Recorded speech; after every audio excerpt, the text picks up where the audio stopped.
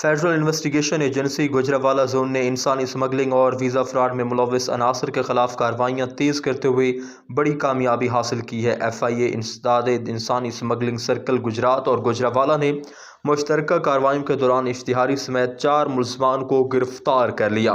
गिरफ्तार मुलज़मान में मोहम्मद अशरफ, आरिफ हुसैन, सैफुल्ला और रबनवाज शामिल हैं, जिन्हें मंडी, बहाउद्दीन, सियालकोट और गुजरांवाला के मुख्तलिफ इलाकों से हिरासत में लिया गया। मुलज़िम मोहम्मद अशरफ पर इल्ज़ाम है कि उसने एक शहरी को इटली में मुलाजमत का झांसा देकर 22 लाख रुपये हथिया है। इश्तिहारी मुलज़िम आरिफ हुसैन गुज़िश्ता 14 बरस से FIA को मतलूब था। उसने शहरी को बैरून मुल्क नौकरी दिलाने का झांसा देकर 4 लाख रुपये बटोरे थे। मुलज़िम के खिलाफ साल 2011 में मुकदमा दर्ज किया गया था।